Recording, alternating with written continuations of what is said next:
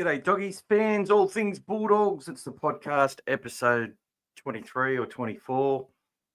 Actually, I think it's 24. But anyway, doesn't matter. Just semantics.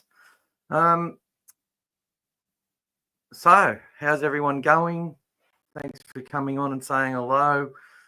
We're going again at 7:15 on a Tuesday night.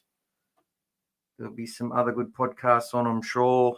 So get around and watch them all when you can. Lots to talk about.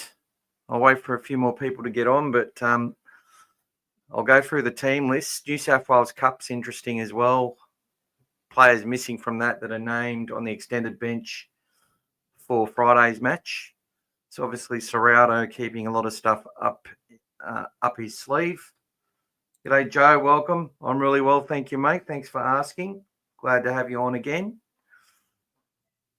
It's pretty cold here for Brisbane, and apparently we're going to see some more terrible weather heading to Sydney. G'day, Joby. Good to have you on again, mate. I'm looking forward to next week when you make your debut. That'll be wonderful. So, g'day, champion. Great to see you back as well.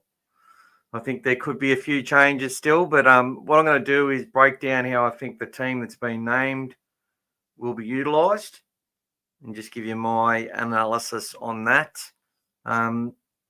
Did a fair bit of media releases this week. I thought I would, I found out about Daniel Saluka-Fifita, so I released that.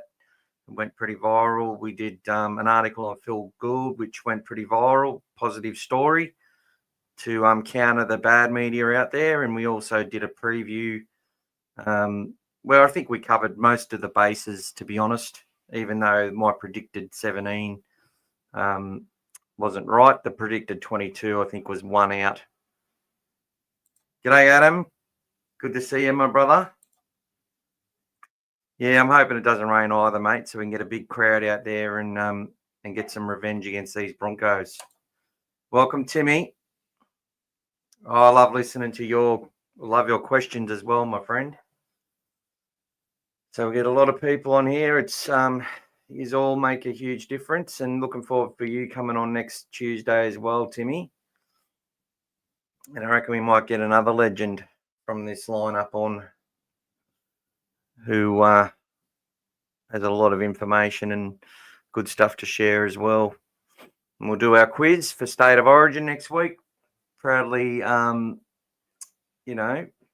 quiz questions have all been investigated by D, who is he doesn't always talk on the podcast, but he does definitely contribute a lot.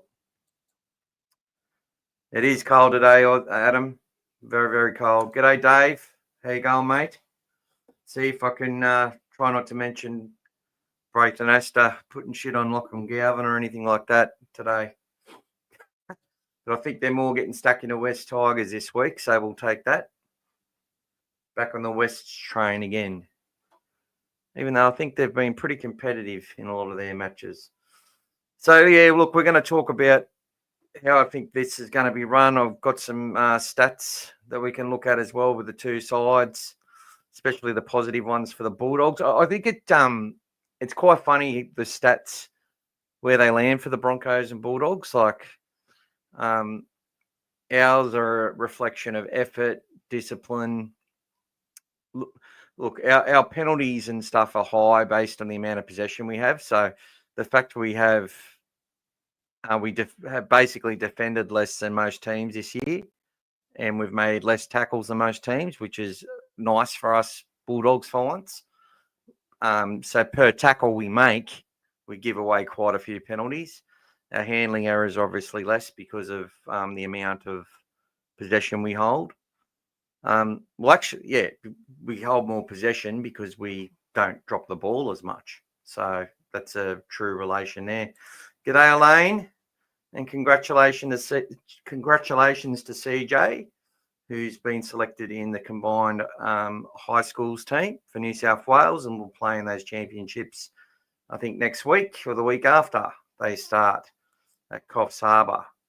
And also another Bulldog, Matthew Barakat, has also been selected, and both will be utilised across the games that they play in their round robin.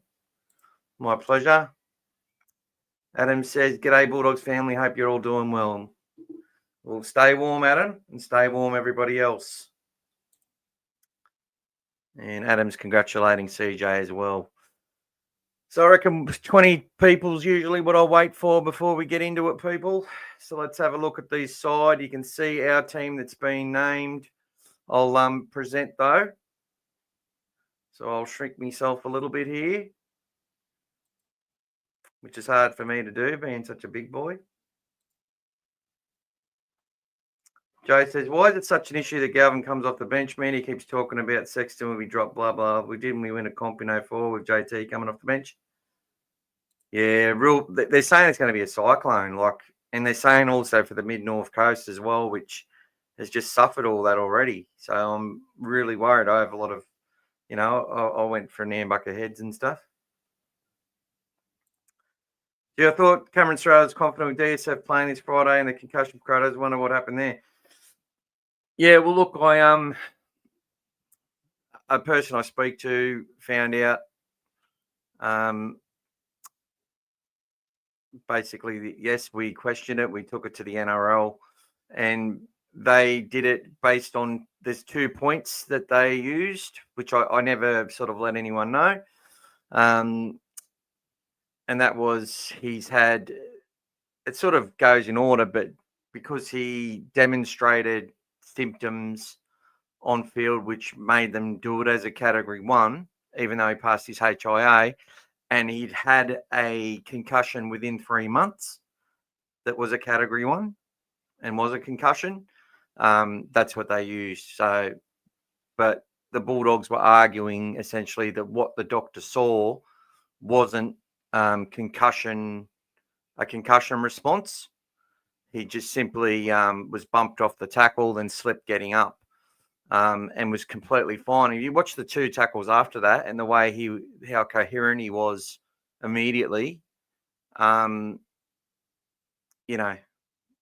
Bulldogs had a strong case, in my opinion, and the NRL said no, so he can't play.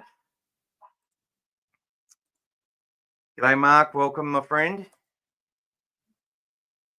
Yeah, we'll stay safe in the storm. G'day, Lucas. Welcome. So let's get stuck into it, people. It's glad to have you all here. And what we will do is present these 2 teams.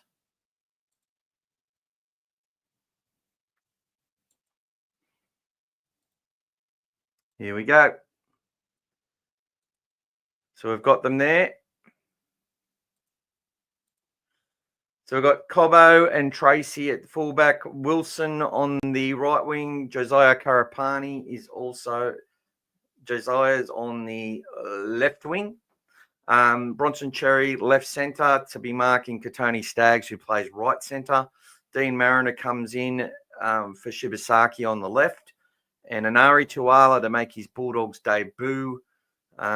He's looking rather cut, is Anari Tuala, as far as looks very muscly and strong up top. And he'll have a tough job on Dean Mariner.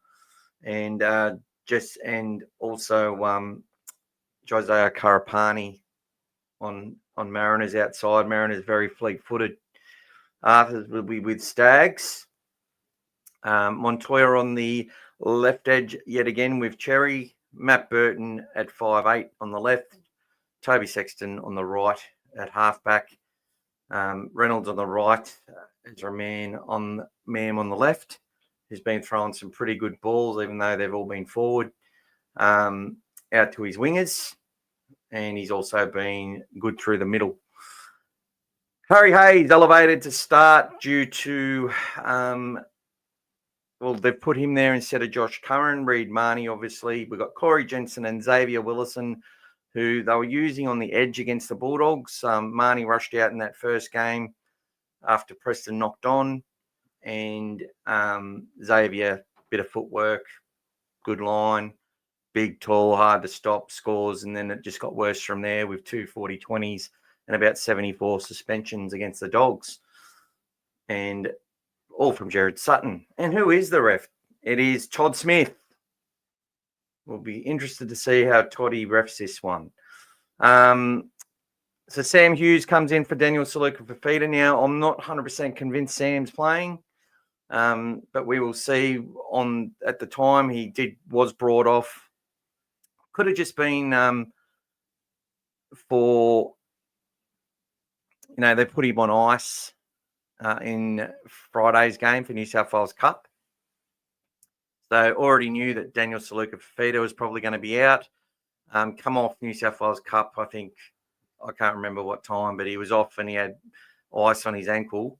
So I'm not sure if he's injured or if they're just playing a few games or whatever to keep the Broncos in the dark, because, looking at our New South Wales Cup side, you're going to see a lot of these players on our extended bench aren't named on that. So that's really good for as far as what the Broncos know as who's going to run out. We could run with the 17, and I'll talk about that, but I'll also talk about the other possibilities that I could see. Obviously, Kikau and Preston on the edge with Piakura, who's established himself as a bit of a hitman and a player we tried to buy when Dean Pay was still coach, to be honest. When he was very young, I think he was like 16 or 17 at the time. Jordan Ricky, who be looking to play himself into form. I think he's probably been, I feel he's getting his tackling back and stuff, but the aggression hasn't been there that it was there in 2023. He sort of become really aggressive and his game was really confident on the back of it. And there was someone I was looking at, like, we should have a look at this guy. But since then, probably been getting his hair done with Reece Walsh as one of the better looking players in the NRL. Kobe Hetherington, speaking about good-looking players, let's get a look at Kobe. Definitely, fallen from the same tree as his dad. Be interesting to see what happens when you cut that hair off. Obviously, Mum's not too bad because he is better looking than his dad. But anyway, just having a bit of fun. Trying to mix it up a bit, guys. You'll get a little bit something different here every week. But Kobe, we know how hard he can hit, and he'll be wanting to keep his spot at lock and be looking to impress Madge Maguire. And we've got young Bailey there. The bench, I don't mind this bench, to be honest. And I think if it's wet, it might be a bit more advantageous to go with a little bit bigger bench. You've got Lachlan Galvin, Josh Curran, Lipboy Hopboy, and Curtis Moran with Billy Walters. Ben Hunt ruled out again, not ready to go. Jaden Hunt brought into the side with Tyson Smoothie, and Jack Gozowski is number 17. Deloise Hoyter named to potentially take a spot in the side. He's been playing well in Queensland Cup, and I wasn't actually sure if Dean Mariner was back from his injury, but yes, we've got on the extended bench Jake Turpin, Jethro Rennie-Karma, Jack Todd, Luke Smith, and Jack Underhill. Looking for and it's quite funny, the Origin senior review official and Origin touch judge in Chris Sutton will be also doing the Bulldogs Broncos match with Todd Smith, the ref. So there you go. Team stats just quickly. We beat the Broncos with a pretty a side that was missing, I think, Crichton and potentially Burton. I can't remember. I think Burton played. Flogged them. It was a great day. It really set the Bulldogs army and fans alight that day. A very special day. And then in Brisbane, we lost that first half 34-0, and we're leading the second half 18-0. They got a penalty goal and then a converted try after the siren to stretch it out to 42. But it could have been anything after that first half, so it was a good fight back by the Dogs. Broncos on a 3-game winning streak after losing to the Dragons, getting flogged by the Seagulls at Brookie, then putting a score. Reece Walsh comes back. They put a score on the Titans. Fight back after being down, I think 16-6 or something, or 24-10 maybe it was 24 to 12 at halftime, something like that, against the Sharks. And against the Warriors are heavily depleted, and the Broncos did a good job. Obviously, we had that loss last week. Should have beat the Rabbitohs by a lot more. Got away from the Eels late on Lockie Galvin's debut, and then we had that Dolphins debacle where we could have made it 20-14 with about 20 minutes left, but they ran away with it after that try was disallowed. And we held on to beat the Roosters, or came back being down 14-0 at half time. Obviously, 11 wins, 14 up from 14 versus 8 from 15 for the Broncos, completing about the same, but our possession's a lot better. And tackle efficiency is similar. They're scoring a couple of points more, but conceding a whole lot more. Similar play the ball speeds, and we have a much better win rate at the venue. So there you go. We will get into some other stats, which I'll get across the side now. So I'll get that banner up. But the Bulldogs currently first in possession. Broncos sit at 9th. We're first in supports per game. These are all averages. The Broncos sitting 14th. Now, that's a real effort stat. Post-contact meters, Bulldogs 10th. Broncos down at 15th. This is average post-contact per match. Run meters, Bulldogs 3rd. Broncos sitting 16th. And that's per match. And you would find that to be rather interesting, considering how, the Broncos have Payne Huss and Patrick Carrigan, but you'll find that their back three doesn't make the same sort of meters that the Bulldogs does.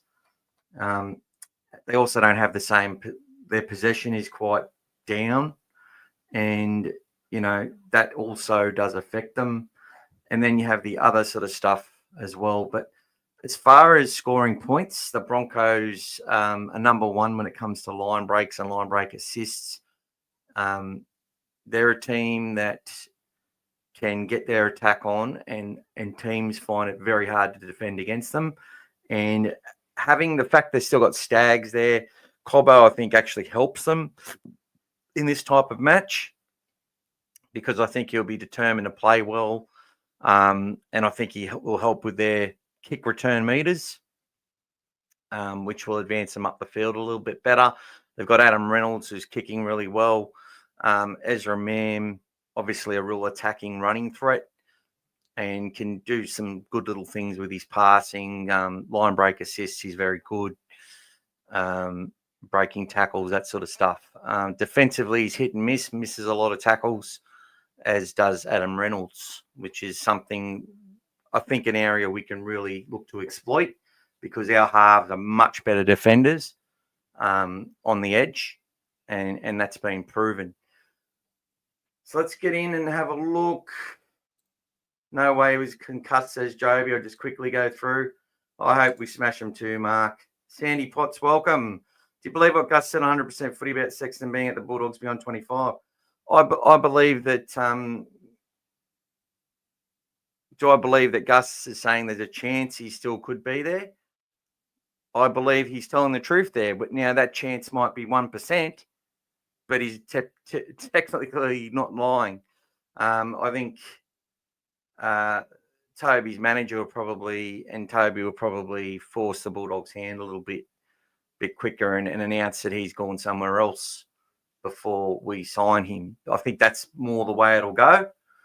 And Gus and that will be essentially saying, well, we weren't prepared to offer or match that. It's a really great opportunity for Toby, yada, yada, yada. But if he's struggling for a club, or if he's got to choose to go overseas and we can make it work for another year, seeing that he's done well in that 9 role as well, it just gives us options. It's I think it's way too soon for Woods and that yet still. But in saying that, another preseason for Woods, and I'd expect he's going to come on a lot more, having seen what we've seen from players like Bailey Hayward, and I was hoping to see that progression in a Joey O'Neill this year, but haven't seen him for a few weeks since he got that injury. G'day, old fella Dave, welcome. Adam said it's cool. Max King's in the New South Wales staying, so I go the Blues and go the mighty Bulldogs. Mate, it's an absolute legendary thing. It's beautiful. Toddy adjudicated the Dogs-Dolphins game. Well, there you go. Well, Toddy will be looking to even up the ledger, I'm sure. Looking forward to seeing how Anari goes for his club debut. Yeah, so am I. And we've got to talk about Anari Tuala a fair bit. Timmy, what do you think of Tuala's selection? You weren't convinced he was going to start. Just wanted your thoughts. I'll be giving him, brother. Jack Toddy's a chance to play. He's definitely a chance to play. He's not named in New South Wales Cup. Neither is Jethro Rinikama, and neither is Jake Turpin. Sam says, g'day, Sam. Dogs to win by 12. They could start Curran, have Hayes revert back to the bench. They could do that. Haywood might revert to the bench as well, with Curran or Moran starting at 13. All possibilities. Curran's played plenty of lock and has done that ball work stuff. Has good leg speed. I know you don't always see it because he's very conscious about where he's running the ball and the position of the field he wants to run to and using his footwork. It looks like he's sort of skipping into the line a little bit. And once he makes connection, he's quite good at sort of getting that legs drive happening as well. Very, very underestimated that way. But I know a lot of people would love to see Curran run full pelt. But honestly, if he starts doing that, he will get picked off and driven. Like there's a lot of science behind how our players go about their work. It's not just the one sort of way suits all, which, off the back fence and as hard as you can through the line. Doesn't work like that for everyone. There's different ways. We used to watch Corey Parker make heaps of meters, but he usually had his back turned. Same with Steve Price. They'd take lots of hit ups, not necessarily, absorbing that contact front on. You look at Mark O'Mealy, he'd do that 15 times a match. In big games, he'd usually get driven back 3 or 4 or 5 times. But by the end of the game, he's still going full steam and the defence is starting to wear he down, having to tackle him, Mason, everyone else. So, the point I'm making is it's a collective team effort which helps players get to their premium contribution and what they can do. And you'll notice when some players don't play, it really affects other individuals within the side. Like, these are just the shit you're not going to hear about, guys, unless you listen to this fat fella here, because it's the truth. It is the absolute truth. Some players bring the best out in each other. For some people, it doesn't matter either. Put them anywhere, and they're going to make a contribution. But it's the team input is so reliant, which is what I talk about in defence. We want to sit there and blame that winger for coming in. We want to sit there and blame that centre for turning in. Often it's because of other things that have happened which have made that happen. The reason the Bulldogs are so good at defence is because of the way we drive teams back. And, by grabbing a tackler, by grabbing the person with the ball, driving them back diagonally, and, the time it takes to do that really enables our line to get set. And it also helps with the speed, a little bit of the speed of play the ball, because they're able to do that and then peel away, which really, really quickly, which satisfies the referee. Now, when other teams get a roll on against us and we start getting caught up in defence, that's when we're vulnerable. And we've seen that a few times. I watched Curtis Moran 2 weeks in a row just getting absolutely caught up, and teams scored tries off it off the next play. But, if Curtis wasn't there initially, they would have already scored. He's clogged up that hole in a desperation tackle, but then the next play we've been vulnerable. So, yeah, we do miss having Max King in our side more than anyone, I think. He's so important to us. Just the length of minutes he can play and what he's actually doing, like getting an extra metre per hit up this year, an extra metre in post-contact. It's an extra metre in post-contact. Plus, I think he's faster into the line, and the momentum that's creating for everyone enables us to have a little bit of a smaller forward pack. So hopefully we can, mitigate that with the players we've picked this week. Sutton, no doubt he will make us lose. G'day, Matt. Welcome. Plenty of interesting comments around DSF. He showed signs of concussions immediately after impact. You don't need to be knocked or stumbled or shoe signs of concussions. It is his second of the season. Yeah, Matt, but it was an illusion. So it looked like that to the doctors, which is why you can't blame them. In their opinion, the independent doctor said he's concussed. He's just flopped out of a tackle. He's concussed. So there's no worry about that. But when you know what's happening on the inside, that he was actually had no concussion. He didn't have concussion. And he didn't have and he passed his HIA. Right? So it was an optical illusion is what I'm saying. But because of that optical illusion and the fact he'd had one concussion in the last 3 months, it means there's no way they were going to let him play unless the Dogs could prove that what the doctor saw was an optical illusion. They couldn't prove it.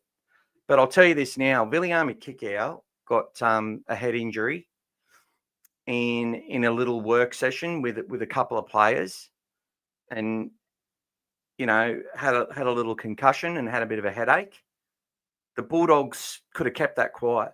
Like no one knew. It was a closed session.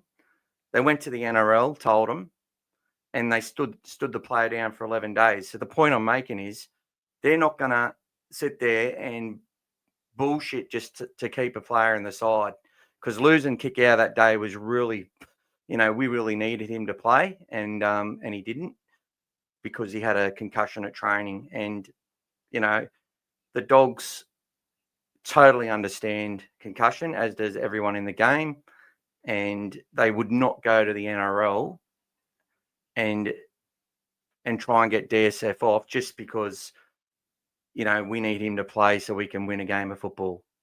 All right. But anyway, he didn't get through, and that's the whole thing. If you think that he showed concussions, that's what you believe you saw. When I first saw it, I saw the same thing. But then I look at the next tackle and I look at his coherence immediately afterwards. I'm like, that's not someone who looks dazed or trying to hide. He got straight up and he was fine. His eyes look fine. So I've been concussed a few times. My mum's a nurse. Doesn't make me a doctor. I know that. But, yeah, he was completely fine. Passed his HIA with flying colours. Hasn't had any other symptoms. No headaches, nothing at all. But they're the protocols, and we've got to live with it. We tried, we failed. Dogs lead 18 wins to 10 versus Broncos at a core. There you go. Yep. I'll tell you something, Matty. Players do get concussed all the time at training. That doesn't get reported. The reason it doesn't because the player doesn't self-report or doesn't really show, but they actually feel, those Thursday sessions, like 2 days out from a game, those sessions are like a real game of rugby league, and they get hurt all the time. And when you've seen them at the Bulldogs, they do them at Penrith as well. It's and a few other teams as well. Like most teams are getting pretty much the same now. It's pretty cookie cutter. But I'd say he's had more. What I'm saying is he's had more than 4. Yep. Well done to Carraz, 18th man. Yeah, he's got no symptoms, mate, at all. And he had no symptoms. That's the whole point. That's why I just wasted my breath for all these minutes. All right. Big Roo, up the Dogs of War. Get a dog up. Yeah, I hate the Bronx and I live in Brisbane. Me too, brother. We'll have to catch up next time they play up here. Mr. Big Roo. Please don't forget to like and subscribe. Oh, thank you. Same here, Big Roo. Love going to work the day after we touch the Bronx up. Nearly as much fun after the Blues win. Oh, mate, how depressed are the Queensland? That's the difference between Queensland and New South Wales. I know a lot of us staunch Blues supporters and Dog supporters, our weekends ruin when we lose. But the whole economy suffers in Queensland when they don't win. I'm telling you, and they're such front runners. 2 series wins for the Blues, and they start going, oh fuck that, I'm going to go watch the Brisbane Lions. They'll probably start supporting.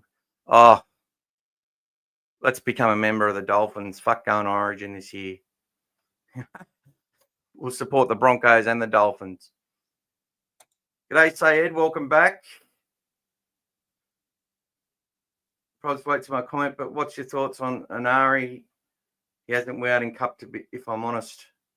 I think you're definitely telling the truth, but at the same time, mate, I will explain all that. If he does play, they've put his picture on the official team announcement, which is a pretty good sign that he's going to play. But what you always see in Cup isn't always what you're going to get in first grade either, especially in those positions in centre and wing.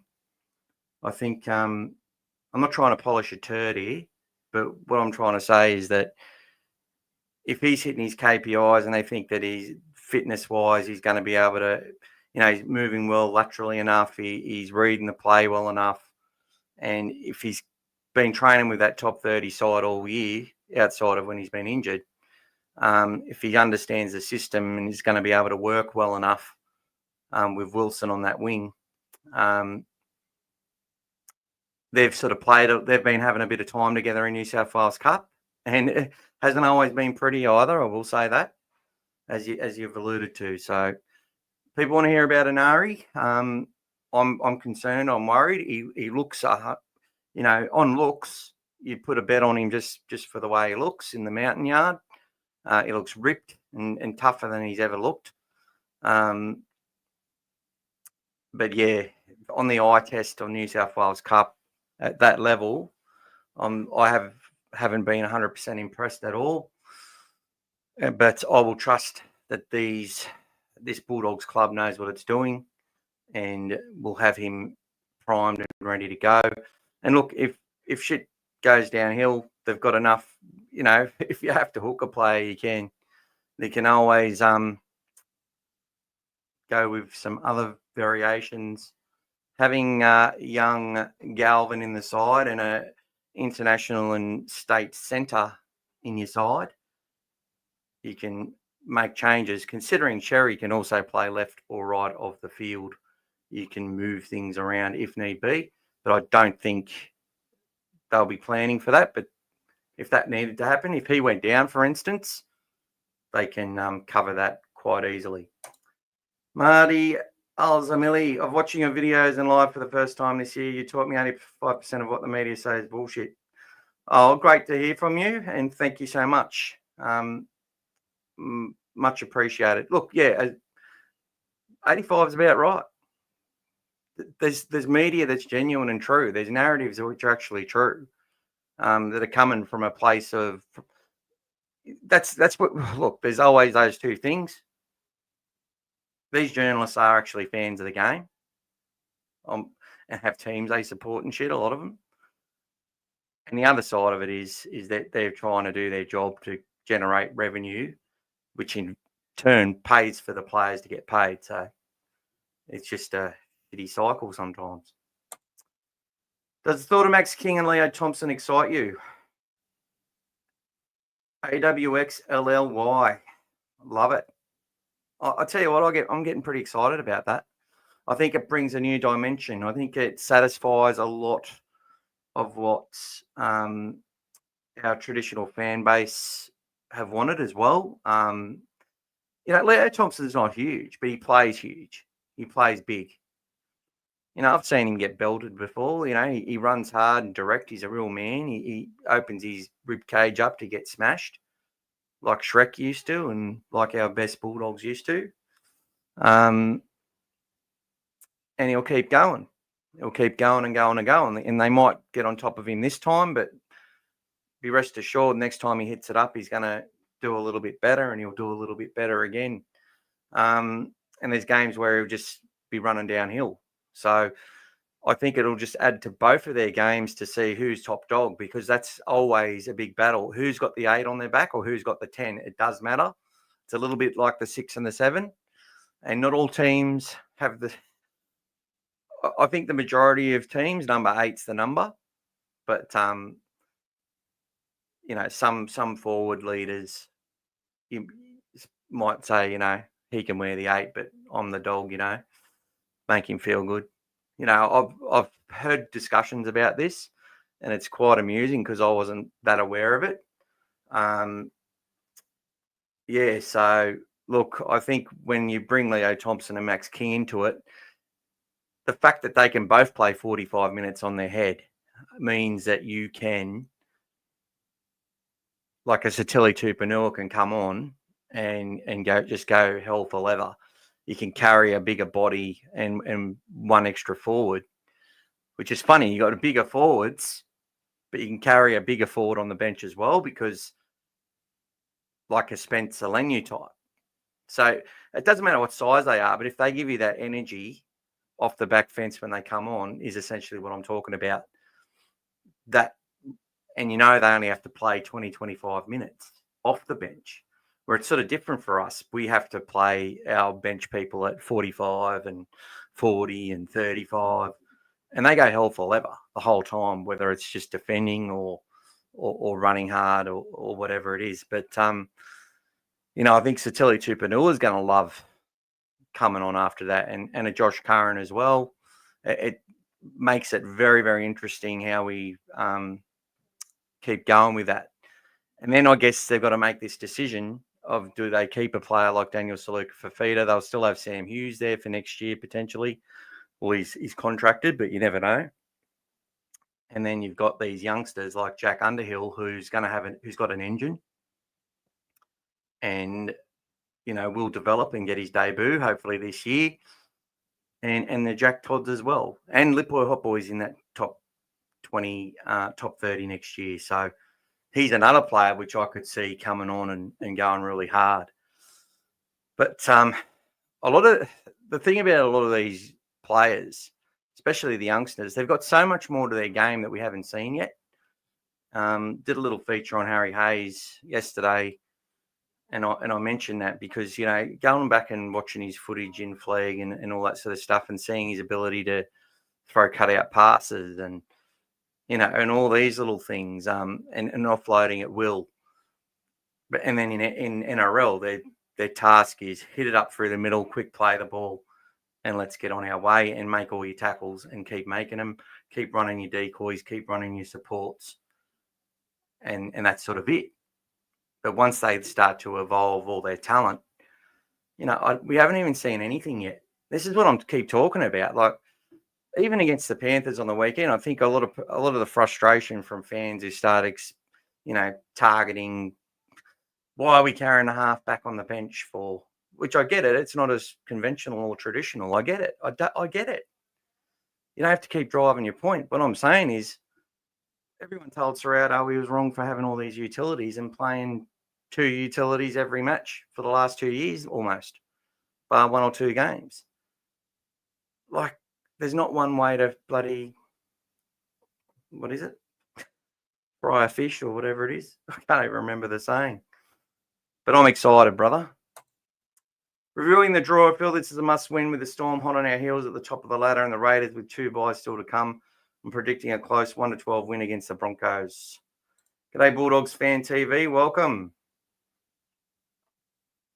We'll have to check out your YouTube channel. Why is Wilson on a wing when he was unsigned for 2026 and Rennie is busting for a debut? Seriously, give him a crack. He's signed until 2028. I think he was impressive in State of Origin under 19s. Yeah, Matt, well, I actually named him in the preview to come in, and I thought that Burton would go to centre. And I still think when Galvin comes on that we will see some defensive positional moves in the side. I think Galvin will defend at half and potentially play the Hayward role on both sides of the field when he comes on. If we leave this side the way it is now. But I really did think that Burton would go to that left, Cherry would go onto the right, Montoya would stay on the right like he did last week, and Rini Karma would debut on the left of the side. Every player which has debuted in the last couple of years has been in that 19 final 2-player squad, that top 19, the day before a game, or being the 18th man the week before they debut. Pretty sure that's followed through. And I think Lipoy Hotboy was different because Jack Todd they were going to debut him, but he broke his arm.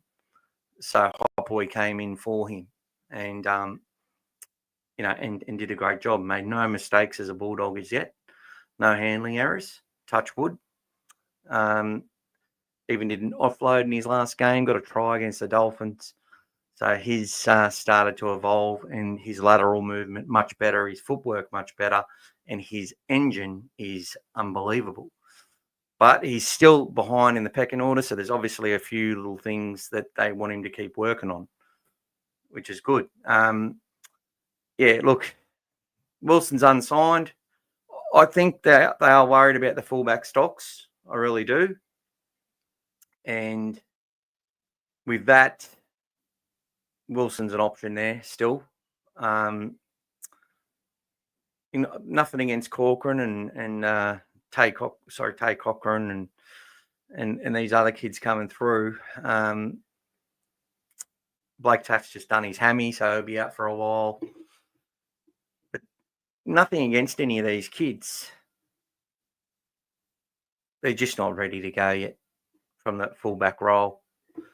I don't think they're going to use Mitch Woods there. Like, no one's talked about it. I think I was the only one who ever mentioned it. Just seems like that type of player and will handle it. So there you go. And Connor Tracy's going great guns there. But if Connor breaks down, you need someone to back up. And they'll probably go with the Crichton, even though everyone's going to say we can't remove the best centre in the world, and I agree. But it's definitely an option. Karaz as well. And Wilson's definitely someone who could handle that role, I believe. Yeah, Taft's injured, brother.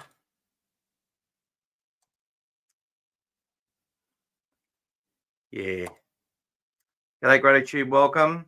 And welcome again, Dave.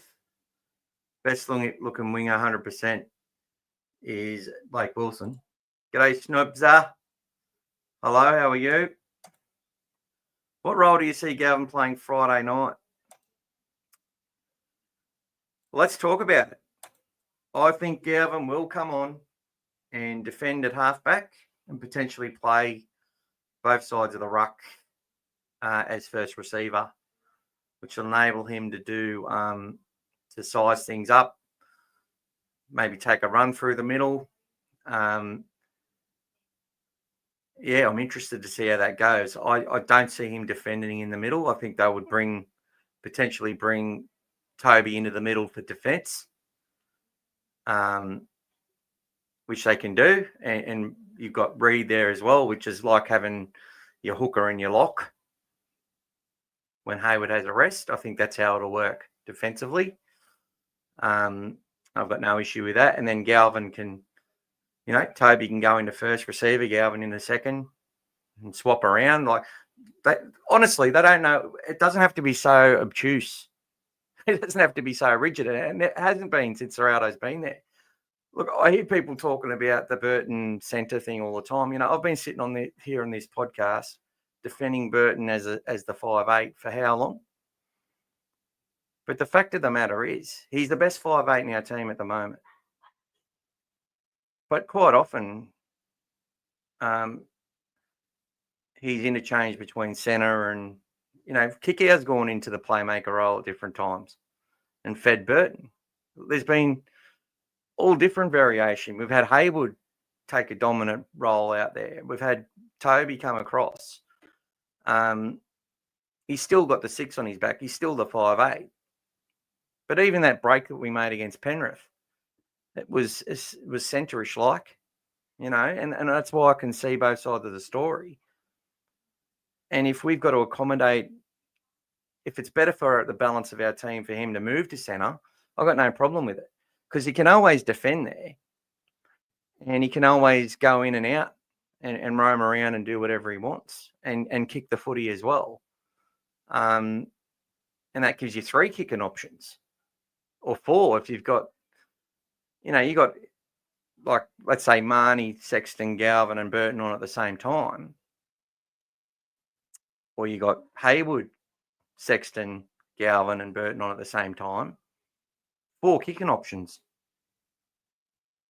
People say, oh, too many Chiefs, not enough Indians. I get that as well.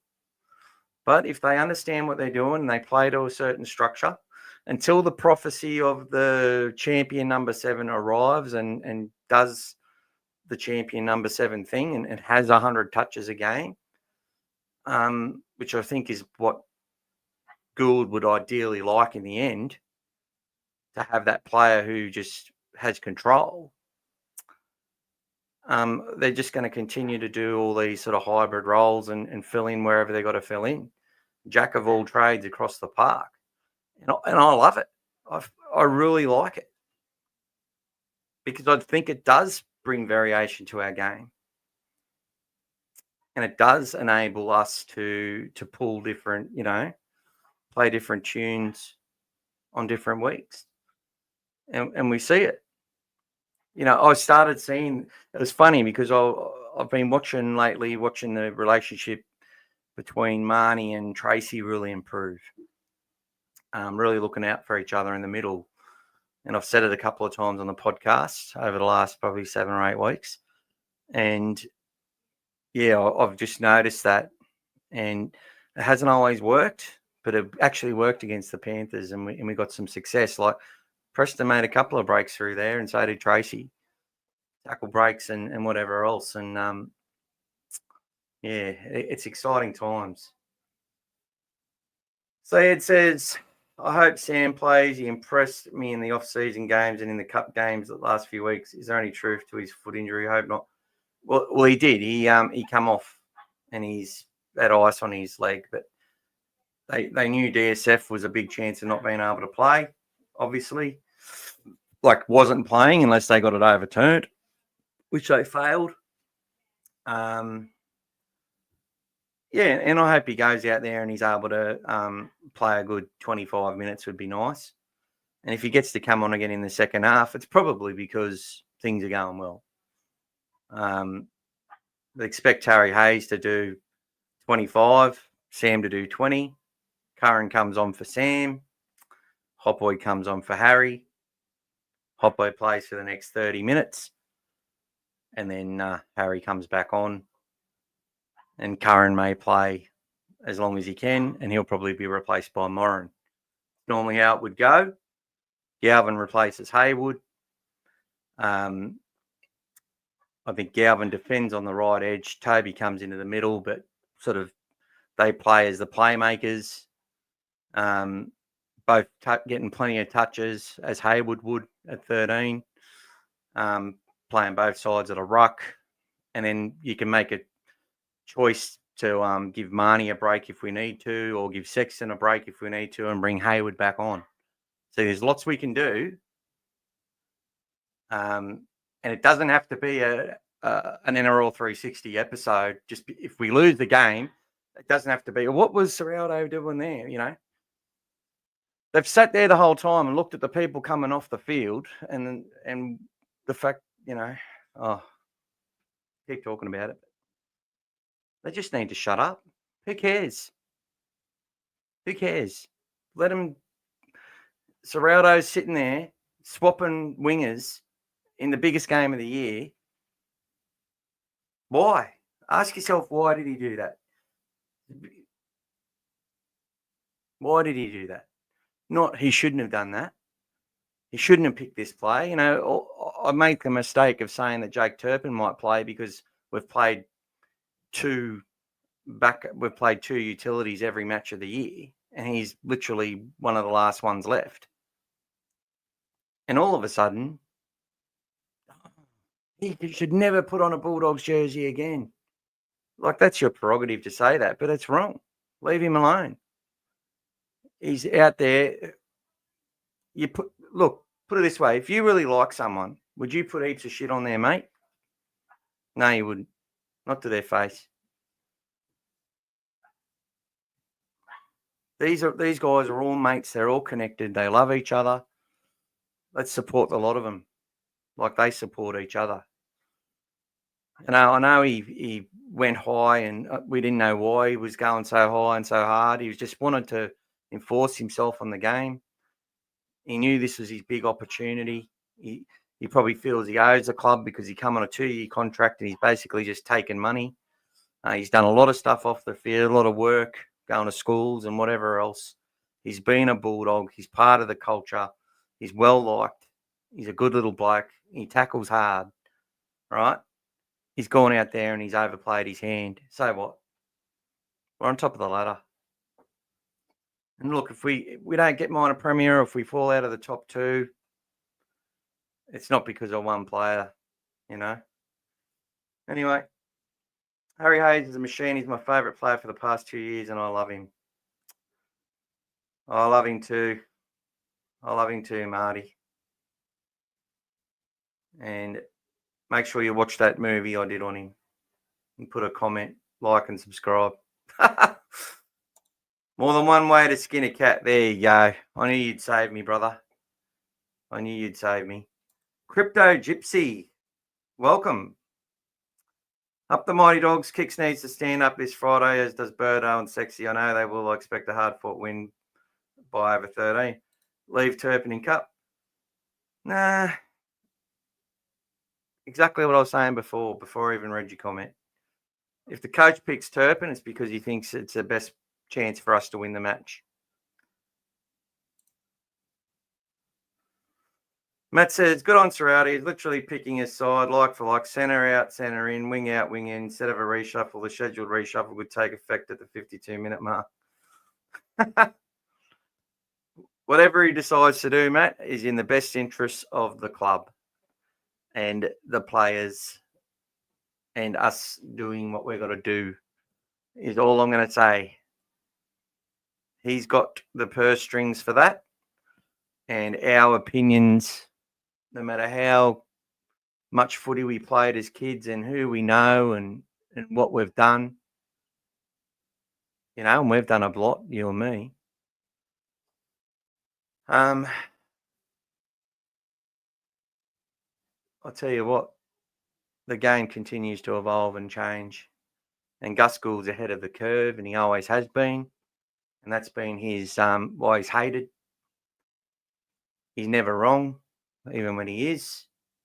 But the fact of the matter is, they pick a side that they think can do a job, but also for them, it's never just about the 2 points. It's always about more.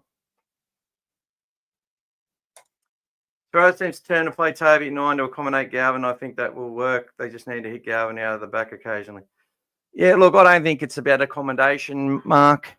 I think it's not about accommodation.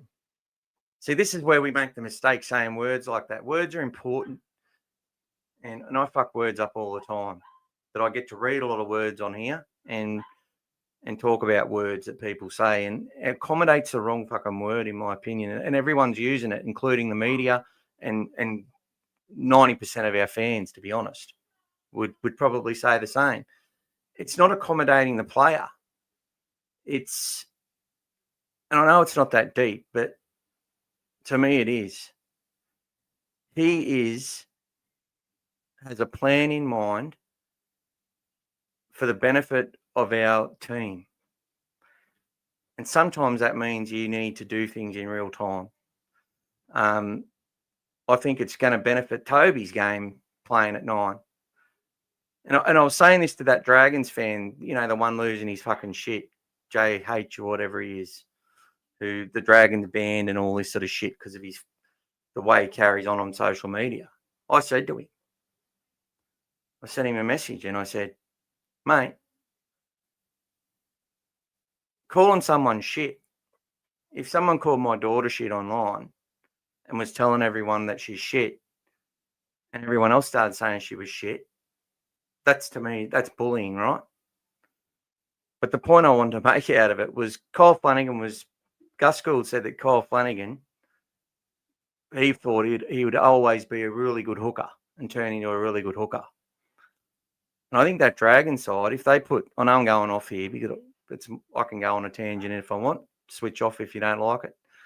If Kyle Flanagan goes to hooker, and he's a much better player at hooker, he's much more instinctive.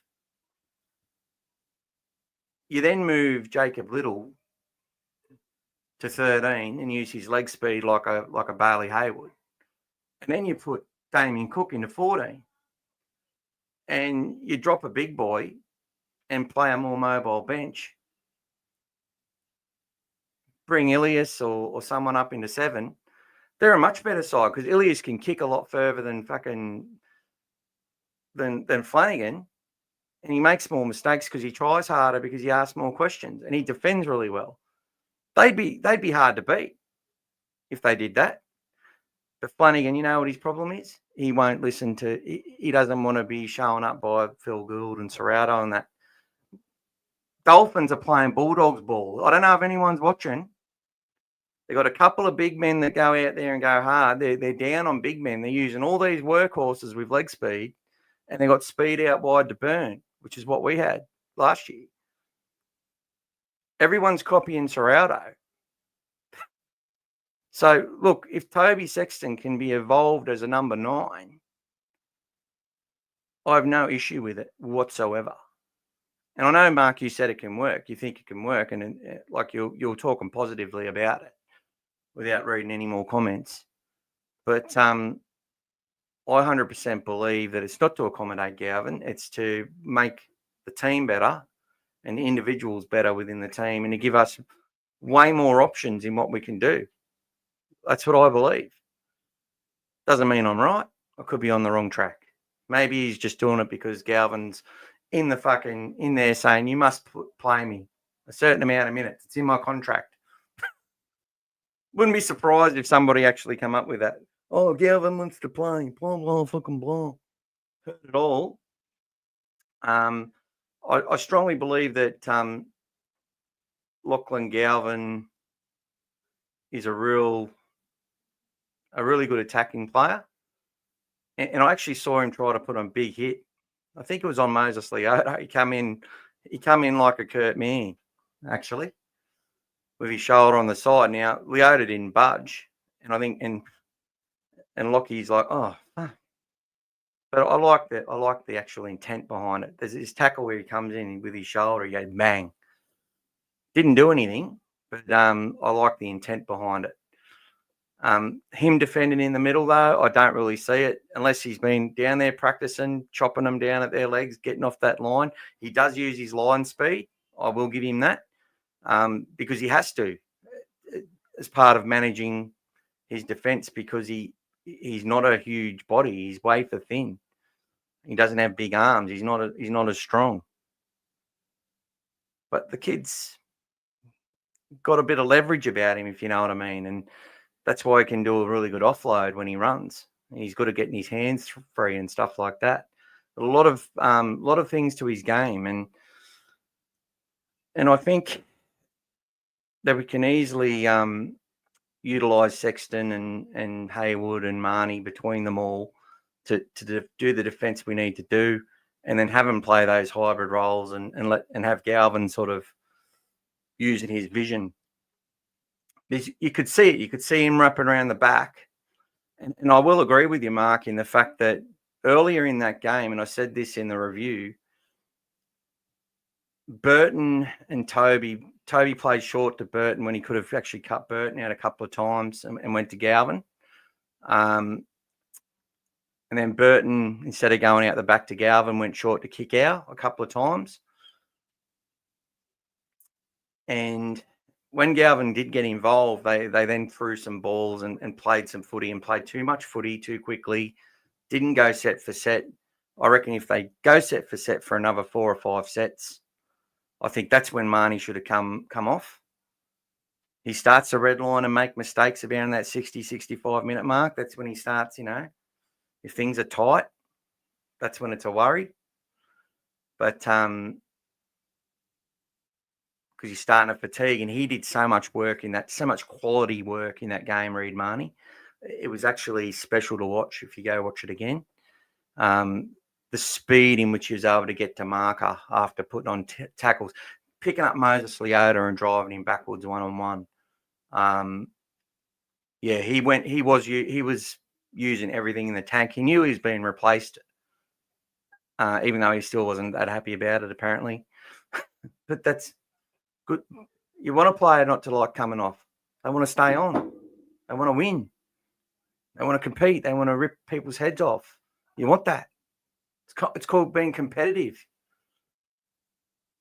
But maybe don't do it in a way which puts your club under pressure as having a cultural problem. But anyway, I really think that, if we waited another 4 or 5 sets, we would have cracked Penrith open and ran away with it like we did against the Eels. And I do put that on the coach, in my opinion. I just think that he was obviously seeing stuff. He's like, Galvin, based on what we're doing, he's going to go knock this on the head. He's going to do that. But he didn't really get the chance because I said this the other night, they anticipated what he was going to do. They were anticipating that Penrith would be expecting Galvin to get those balls, so they didn't go to him straight away. And that's a completely rational thing to say, right? It's not just trying to polish a turd that they took the wrong options. Playmakers take you lose a game, your playmakers done a lot of options which didn't lead to tries. You know, they're only getting a try on what? How many try assists does a playmaker average a game? 1 or 2 for the best per game, right? You know, we look at it when they lose, but when they win, they're sensational. We don't even look at all the times they missed. But in my opinion, if they went to him early, I think he still puts the fear of him in a little bit. There's a bit of a respect factor going on there. They watch, they check, they hold off. He takes the ground away.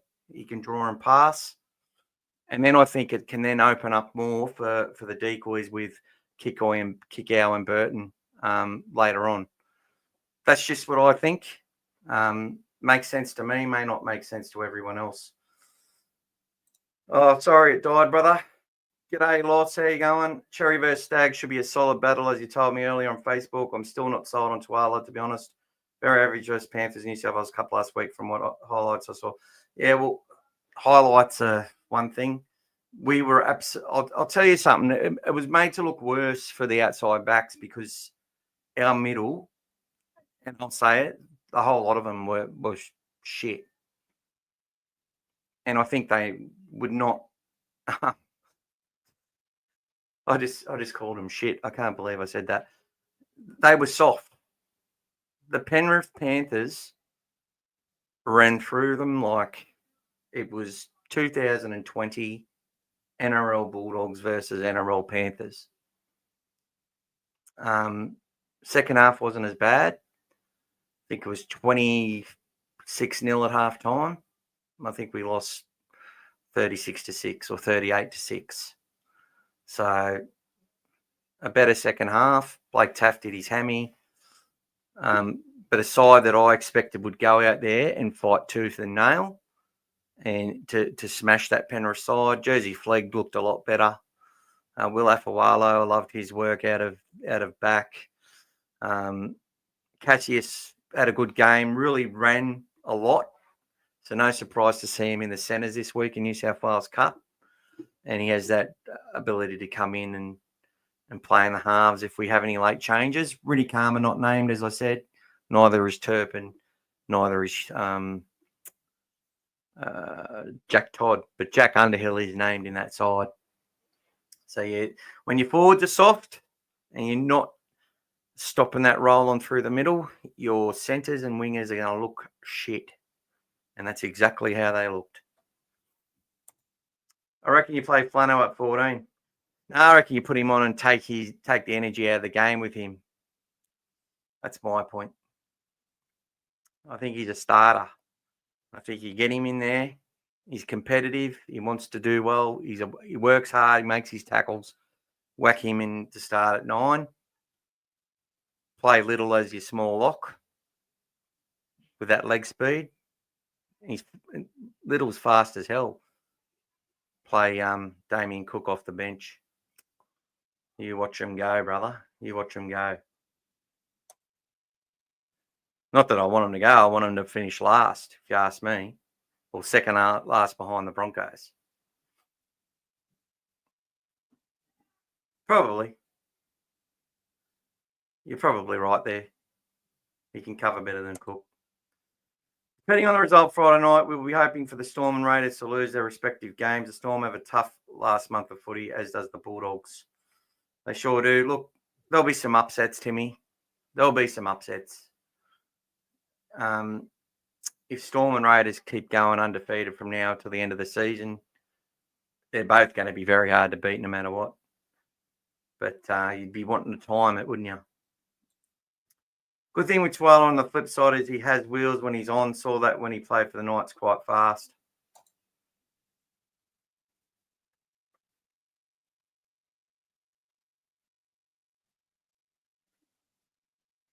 Why can't people have an opinion, though? Glover has just signed today with the Rabbitohs, and despite Elias, opinions are fine. To call players shit and to target this kid the way that to target Flanagan the way that they have, I don't mind banter between clubs. I think it's completely different. Banter between clubs is different. But if you're on there and you're sitting there viciously trying to turn your whole, and he's got a big following, right? So when you influence people to say and do bad things against other people, you're accountable. Simple. And that's why they've taken a stance. But at the same time, I think that what the Dragons club should have done was reached out to him and tried to bring him in and taken him to training and stuff and played the bigger, being the bigger people about it. I think he should have done, potentially could do the same thing. Just quieten the tone a little bit, quieten it down a little bit. Like, let's try and understand, bring him into the circle and say, why are you doing that? Explain it to me. Not that they have to, but there's ways of them being able to influence him rather than, because we lose, let's have, 50,000 followers just all sitting there repeating and parroting what he's saying. Look, for the most part, the reason I was there is because I found it funny. I just thought it was hilarious watching him lose his shit. Now, we've got our own really passionate fan, Bulldogs commentary, who actually was brought into the club. All his stuff, though, is positive. It's not necessarily opinions. He gives you positive opinions. He's like, watch the efforts here of these players. He does little things. And he's like, and he shows you the tries where he commentates it. Come on, Cherry, you sick cunt. It's entertaining. It's loud. It's fun. But it's supportive. And then he's up against the opposition. No, fuck you, fucking Roosters. Fuck you, Sharks. Fuck the Doubters. He's swearing his head off and he's just showing how passionate he is. That's it. That's support. Support isn't sitting there.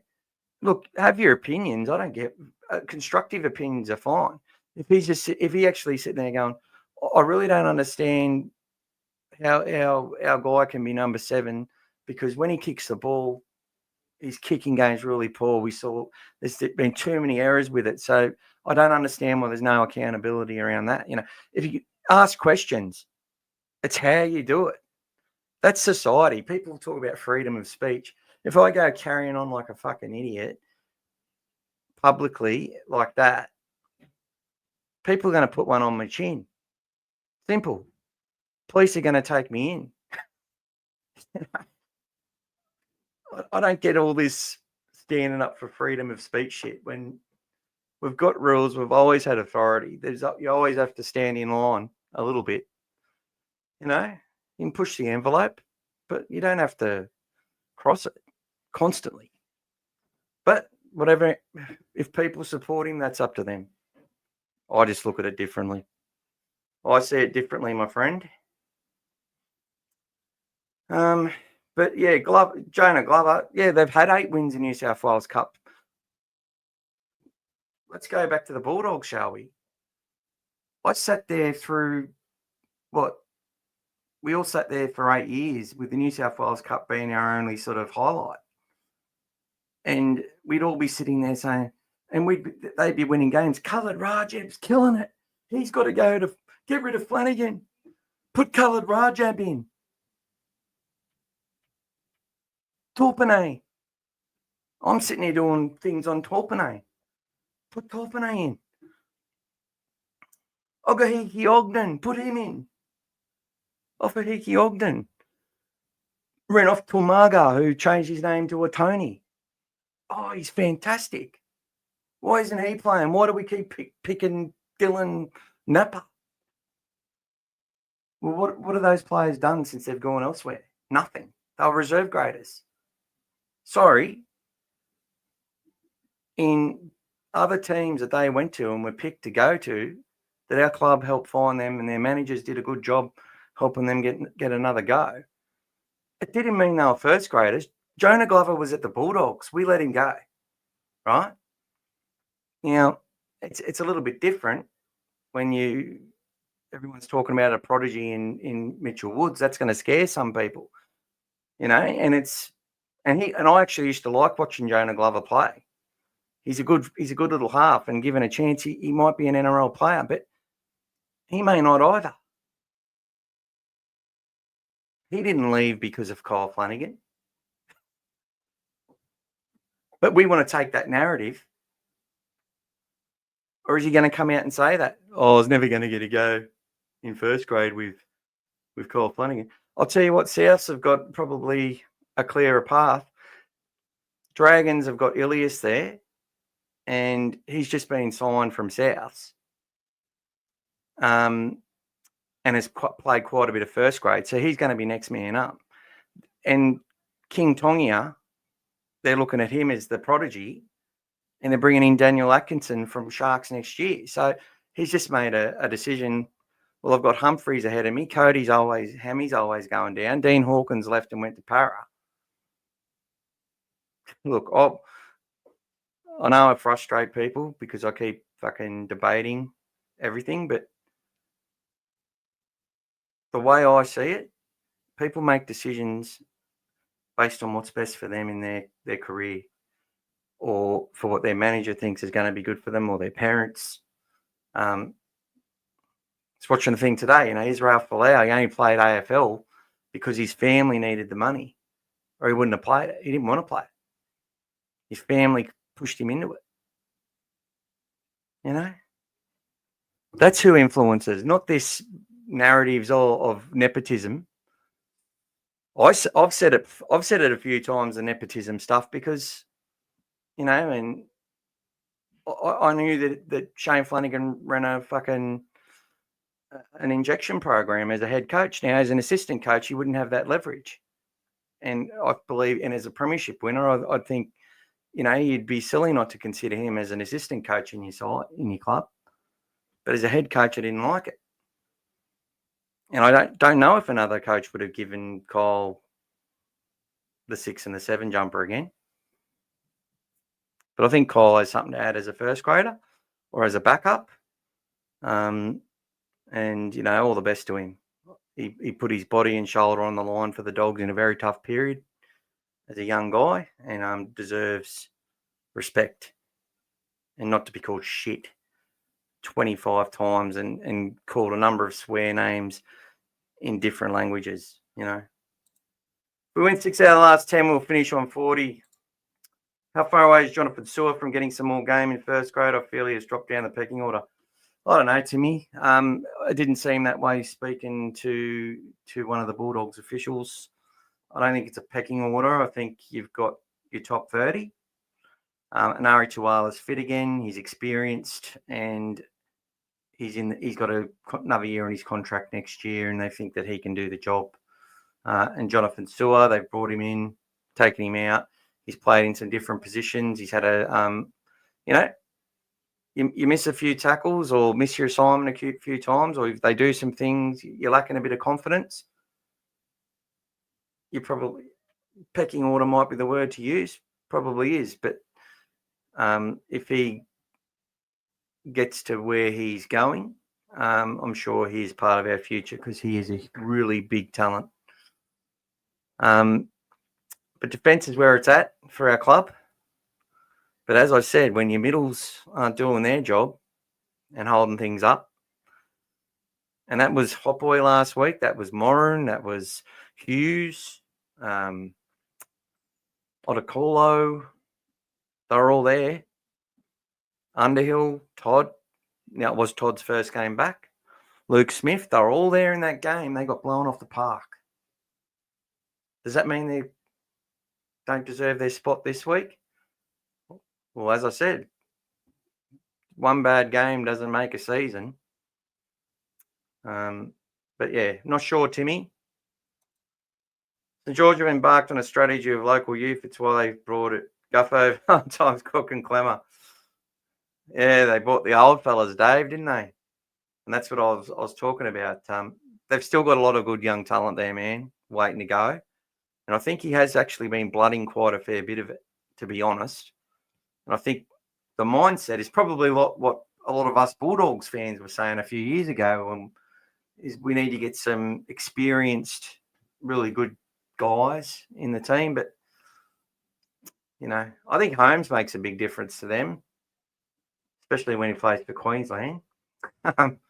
Guffo's been all right. Damien Cook's been all right. And Clemmer's probably played. His games have looked better than they have in a while. He looks better than, and Gula was the other one. He's just played his 100th game on the weekend as well. So, but that's the thing. When you pick those sides, which are so top heavy with middles in the game at the moment, they play pretty much perfect possession rugby league.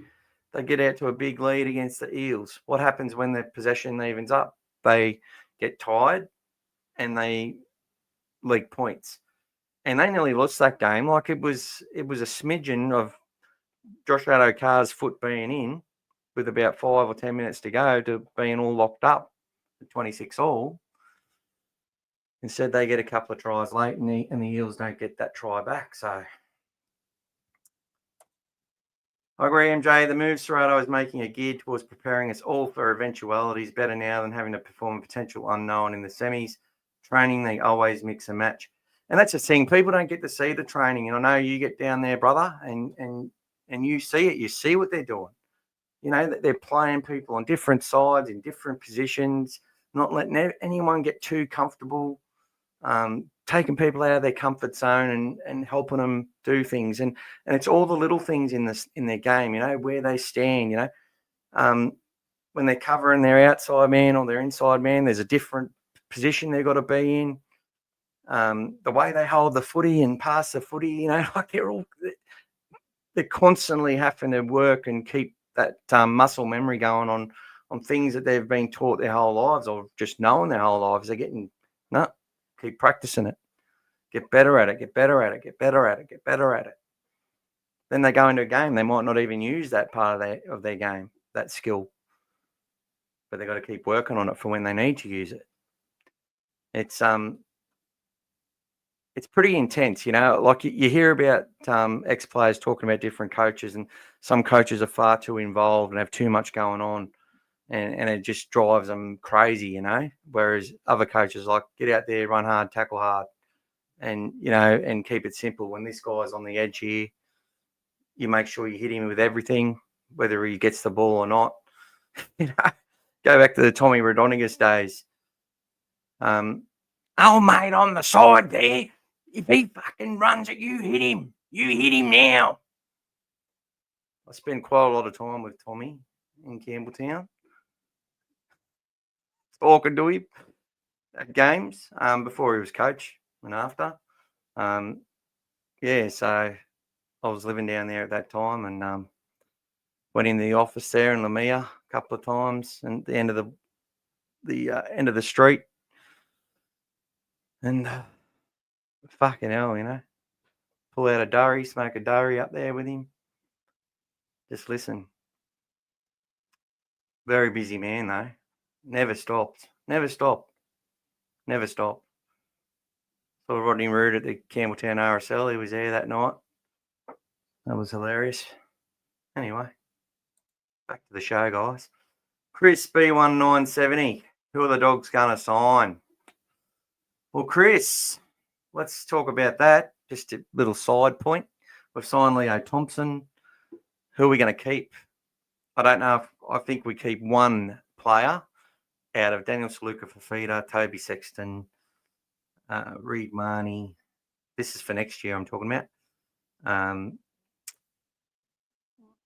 Drew Hutchison, he's gone. He'll be gone. I'd say Jake Turpin's gone. I say that respectfully. And, yeah, that's pretty much it. I think one of those might stay. If not, we'll be upgrading some juniors. So Lipoy comes into the team. I think they upgrade one of those young wingers, bring one of their contracts forward. I think we've got Latu Fanau is in the top 30 for next year, I'm pretty sure. So, yeah, there's definitely a lot of players we need to potentially bring into the top 30. Could be a Luke Smith. Jack Underhill may get, but he goes to the development list for the next year or two. But we've seen in the past some of those players can be brought forward quicker. We've also got, players we can sign from other clubs. We've just signed a couple of young fellas, like, and they're talking about it like they're top 30 players coming straight in. They're like on junior contracts and stuff, but because it's on the news and they just name the club, everyone clicks on it and goes crazy. We got a kid called Mickey Nasser from the Roosters. They said we got their halfback. He's played in SG Ball. He played wing, I'm pretty sure, went all right. I'm pretty sure he was playing Ron Massey the other day on the wing and did pretty well. Got another big fella coming from the Knights who's just come across. I think he's only young, though. So we might see like a Logan Spinks. I think Logan Spinks is actually going to be joining the top 30 in a couple of years. As far as signings go, I think there's a chance they could sign a fullback. I think there's a chance that they could sign, I don't know. As far as the talent pool's out there, but it's more about securing as many juniors that we think are definitely going to be first graders, because they're going to get decimated. They're going to get decimated from the Perth Bears and from the PNG side when it comes in. So they need to lock them up. And they've already been doing that. That's why they've had these sort of stage plans going for 3-year deals and stuff to make sure we get those players. Ozzy said, a friend of mine said Bulldogs lost again. And I said, look, bro, we can't win every game and every team has losses on the board. Unfortunately, there's always going to be idiots around. That's it, brother. There's always a village idiot. And I'm just glad sometimes it's not only me. I like to see Sherry on the right and Tuala on the left this weekend. Tuala doesn't play left, brother. So you want to see Tuala defend against Katoni Stags?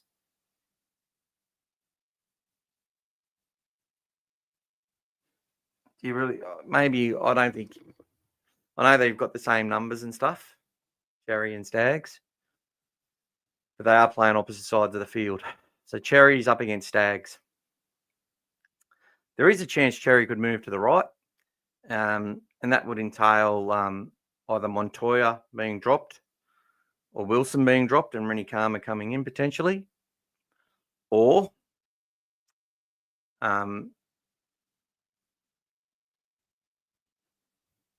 it could entail Burton coming into left centre and Cherry moving across to the right centre. In that case, Cherry would be defending against Mariner and Burton would be defending against Katoni Stags.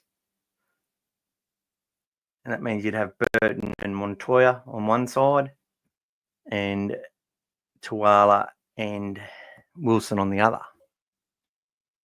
But if you then swap them, yeah, that would mean Tuala would come out. Yeah, so Burton would go left, and Tuala would drop out if Cherry then moved to the right. But that's not going to happen by the look of it, because I think if they're going to put his picture through the media release, unless it's a big Ducks and Drakes thing, you're going to see an Ari Tuala play this week, and I'm pretty sure he's going to play on the right edge, which will be him and Wilson versus Cherry and Montoya. What are people watching A12 Live? Come on, everyone, hit that like button and run them likes up. Mick deserves it because he puts in a lot of bloody hard work, brings up dope content. Oh, thank you, champion. It's funny, the only father-son coaching and player duo that worked was Ivan and Nathan Kevy and Bill Kinov. I rate Billy Walters. The others were bust. Arthur's Flano, Sticky's son doing okay. Oh, he's leading the average mistakes at the moment, Sticky's son, but that's normal for a winger. Who are the Dogs are they going to sign, may I ask? I'm not sure we're going to get Chris. Not sure. Raiders are interested in Lachlan Ilias. We'll see if they get him. He's on contract and can't go anywhere. I think the Raiders would be a great fit for him. I reckon Joey O'Neill to the Raiders. You said that a while ago, Mark. Ilias is negotiating a release. Glover did leave for opportunity because the Rabbitohs are looking to release Dodd. The Raiders and Titans are interested in Ilias. Potentially. Braith's his manager, which is why Braith shouldn't comment on halfbacks, in my opinion.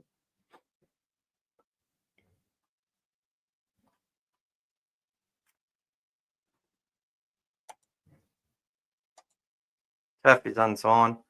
That's right, yeah. And that injury is not going to put him in good stead. I was almost thinking we need to keep Taff. The Taff, Wilson, Daniel Saluka-Fafita, Hutchison, fucking Turpin, Sexton. One of those guys may stay. I reckon the rest are gone. And I think Marnie's probably going to go with them. Hope not. Hope Marnie stays another season. Would be good to see.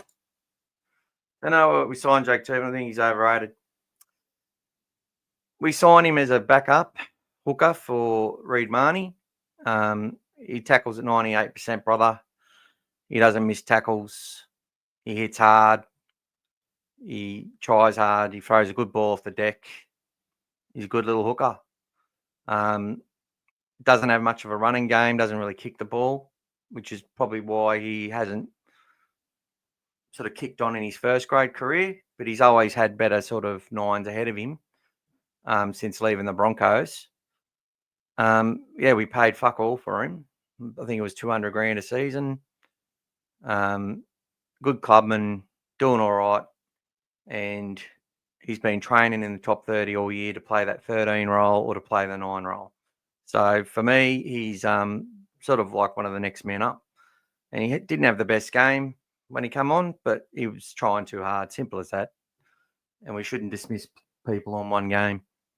And I've watched him play plenty of games, and he had some good games for the Broncos in a team where that year they got the wooden spoon, was probably the most talented side to finish last that I've ever seen.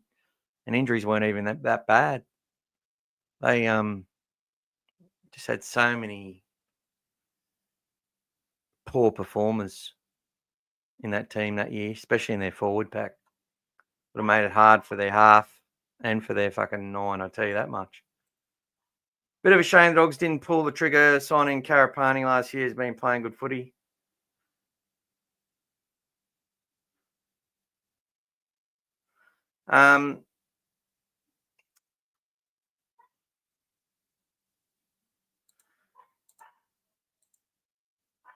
Yeah, I agree with that, Matty.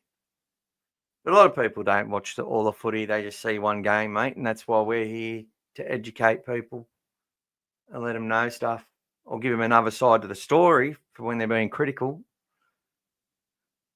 so that they, get two sides of the story, which is why we're here. Yeah, Carapaz, look, he's done a good job, and he didn't score a try last year when he came in for the Broncos. He's a solid player. He's been doing his defensive work pretty good. He's makes his catches, and he plays on effort. He works hard and tries hard. Like, I'm pretty sure he would have fit our culture well. Definitely wasn't on my radar though. And I think they look at it. They go, we get Shibasaki and Karapani for less than what it cost us to have Selwyn Cobbo. It probably costs less than what he cost this year together. I still don't think Shibasaki's. They've gone out there and given him even $300,000 a year. I doubt it. They would have given him less. Opportunity signings will sign for less because it's still a big lift from where they were. Train and trial onto a, 150, 200, 225, 250 contract max. That's awesome, Shibasaki playing Origin, eh? Good on him. John and Martin Lang, another great father-son combo. He was a decent hooker, brother. He was. Jim and video today and tomorrow. Hopefully they get a decent captain's run in. No problems, brother. All right. So, look, we've got some little stats going across there. The other stats, though, is the Broncos do a lot more with a lot less when it comes to attack. So let's have a look at that. Let's get that up there. Teams. Set completions. Dogs down at 9th, Broncos down at 13th. But we're closer to 80 than they are. Sorry, on the average. 79.1. Broncos 78.6. So stuff all between that. As I've said, we're ahead in supports. Line engagements. Bulldogs 16.9 versus the Broncos 15. Post contact meters. Dogs 549 a game. Broncos 522. Tackle breaks. Broncos 34 a game. Bulldogs down at only 30. Decoy runs. We're one of the worst in this. Broncos 42.1 per match. Dogs 34.1. Way down the pack. But you will find the teams in the top 8 are Bulldogs, Roosters, Broncos, Raiders, Sharks, Panthers, Warriors, and Storms. So Storms got the best decoy runs of all the teams in the top 8. I think Dolphins may have jumped Sharks potentially. But most of the teams in the top 8 have less decoy runs, which is interesting. Run meters, Dogs 1753 a game. Dolphins on top with that. Broncos way down at only 1600 a game. But run meters per hit-ups. Total runs, Dogs 196.9. Broncos 179.4. So averages based on meters per run will give you a different story. The possession of the Bulldogs enables us to run the ball more. Simple as that. Kick return meters. Dogs on top with 200 per game. Broncos at 6th with 175. Dummy half runs, we're way down at 6.2 per game. Broncos at 8.4. Offloads. Bulldogs 10.6 per game, Broncos 9.6. So we're averaging an extra offload per game. Try assists, Broncos at 3.7, the Dogs at 3.6. Line break assists, though, Broncos making 4.4 to the Dogs 3.7. So we're a lot more efficient. When we make a line break, we score more often than not, whereas the Broncos make a lot of breaks or put a lot of people through, but they don't always get the try.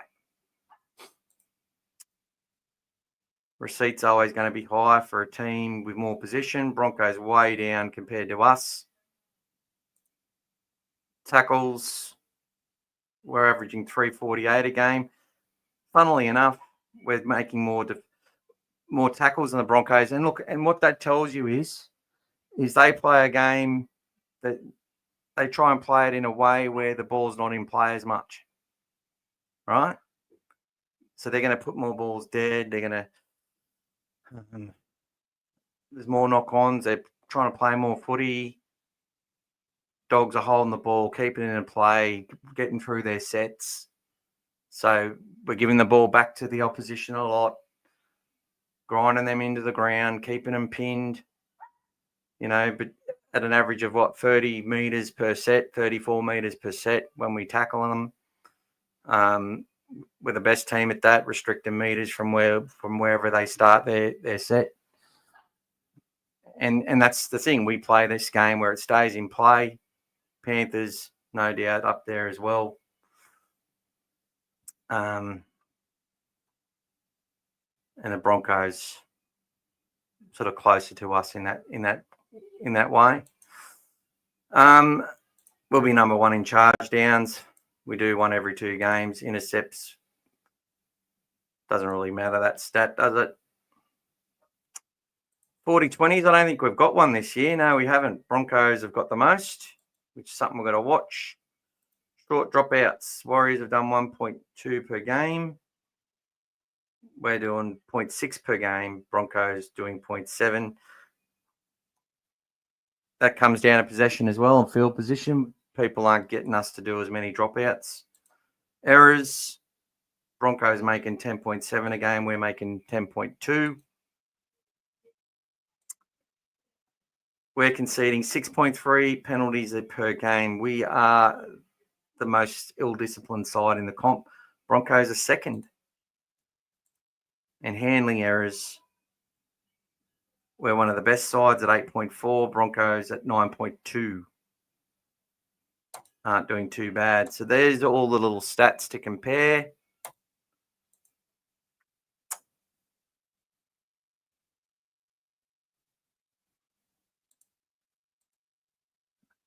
All good, my brother. All good. Anyway, guys, we've gone through some stats. How's this game going to be won? And what are the different types of team changes? Well, we've talked about the side and how it can look.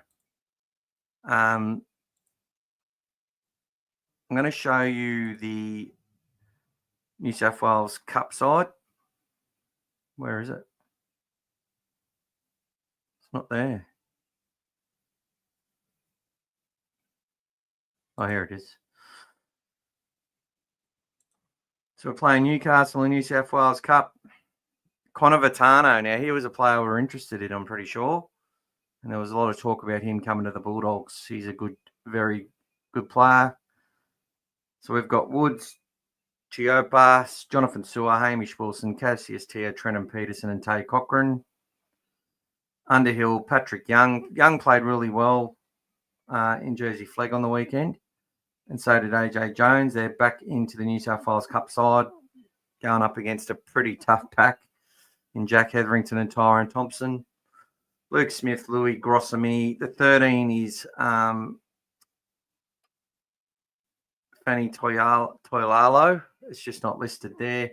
Ruben Moyle, Logan Spence, Taniela Ochokolo, and Ragariwi Wavik. Not sure about what's happening in Ron Massey. We may see Zion Ma'u'u in Ron Massey this week. Still trialling a lot of things, but the thing to take out of that, guys, is that either Blake Wilson, Tuala, or Jeffro Rinicama's going back into that New South Wales Cup squad.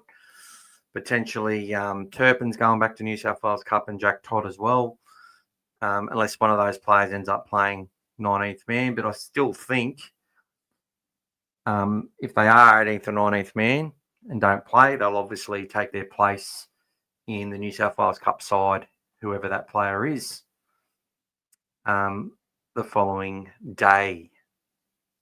They'll head to Newcastle. So, look, there's still plenty of potential changes which could work, So what are those changes? I heard you say. What are they? Well, as I said, there's a chance Blake Wilson could be dropped or go to right wing, and Rinicama can come onto the left. There's a chance that Burton can move into the centres, which means someone from there will drop out, whether it be Wilson or Tuala or Montoya.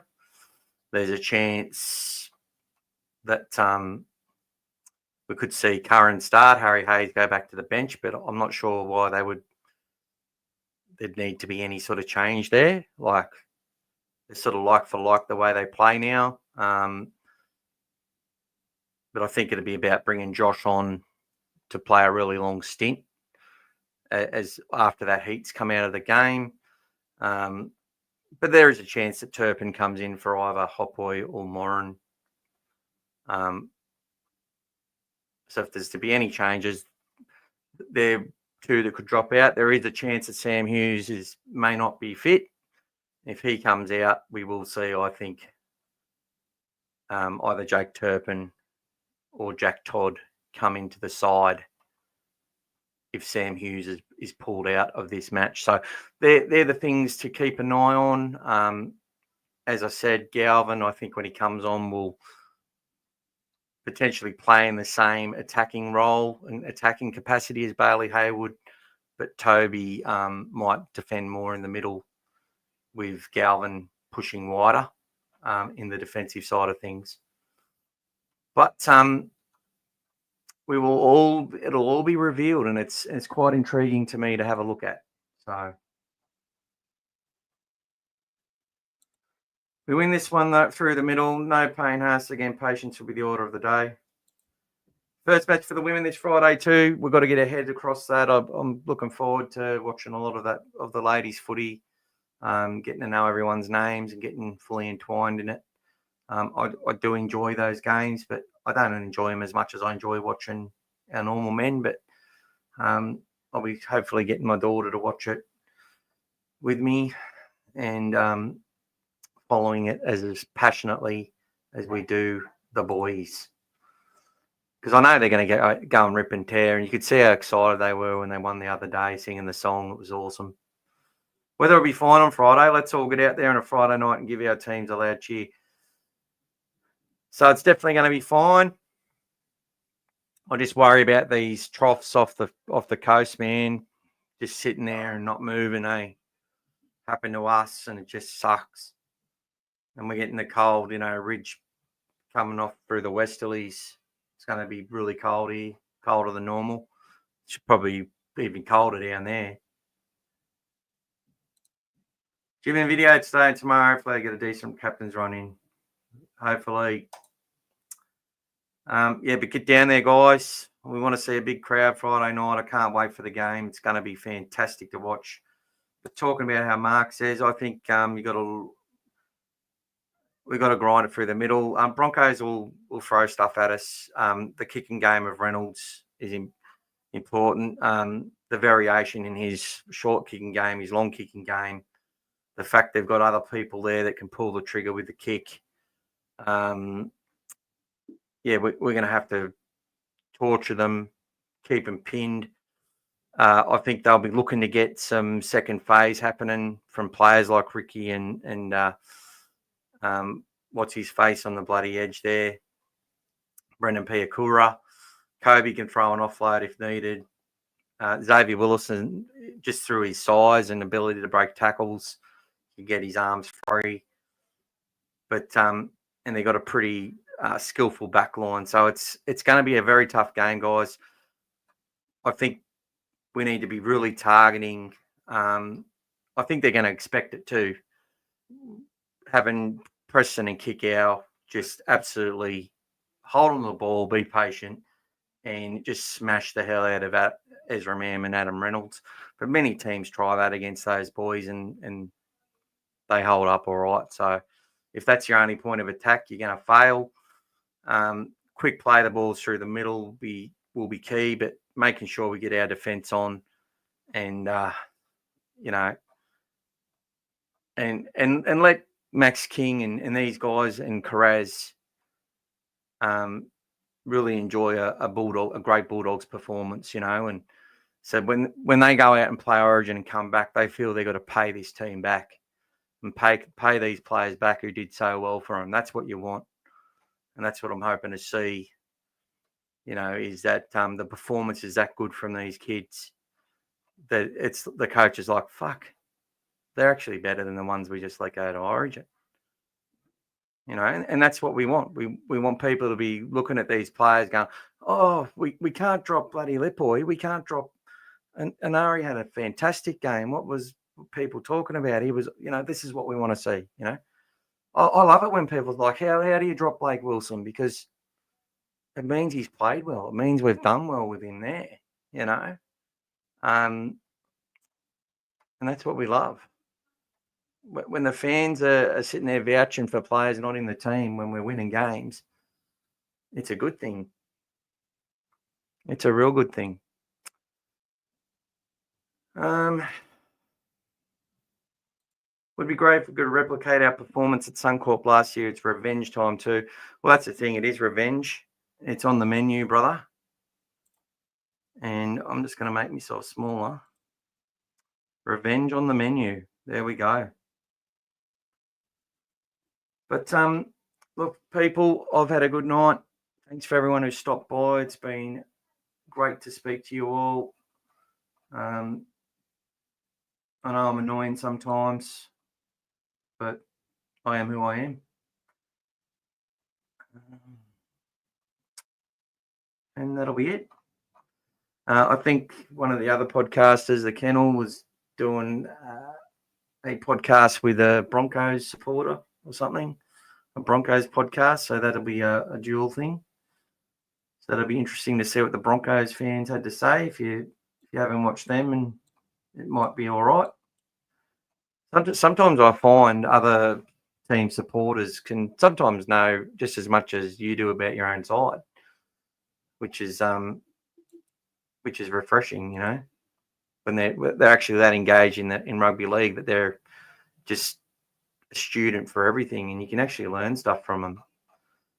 Because look, whether we like it or not, we have our favourite two player. I try not to. You get the gist of some of my favourites are, but you can just get this unconscious bias going, and when another fan from another team says it, and they actually know what they're talking about, like they start talking about intricacies of the game and stuff. It's like, oh, okay. And sometimes I like to listen to them than someone who's a Bulldogs fan trying to scream at you about something because you're not accepting what to say, or they think you're not getting their point. As usual, have a great chat, lads. See you all later. Up the Dogs. Oh, crazy at 78. Raiders are better. Welcome.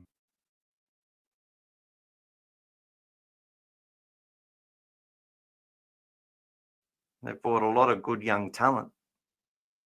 But if you ask my friend Mark O'Connell here, crazy edits, he'll let you know who I predicted to do very, very well in this competition at the start of the year. Before anyone else, it was moi. I said the Raiders are going to be hard to beat, and it'll be the Raiders and Bulldogs building a dynasty either ahead or alongside of the Panthers over the next 3 to 5 to 10 years. It is a true story, 100%. And that's just my ego taking over, bro. But welcome to come to. Make sure you like and subscribe. And if you are you born in 78? I'm born in 77. You're a cat lover? That sounds just about right. Have fun, everyone. And I will see you all soon. Like, subscribe, join if you haven't joined and you want to throw money at me. I'm getting less ashamed saying that, especially when your luggage goes missing. Pete sent me a beautiful photo of me and him at the game against the Eels, and and I'm looking at it going, oh, that's great. And then I'm looking at it going, that whole kit I'm wearing is now gone. Don't have it anymore. My beautiful jacket that I loved, Bulldogs rain jacket. Yeah, everything I was wearing that day, no longer have it, which pisses me off. But on a good note, the Dogs to win. What's the score going to be? I think it's going to be heart-wrenchingly close. Let's say 18 points to 14 Bulldogs. Let's go.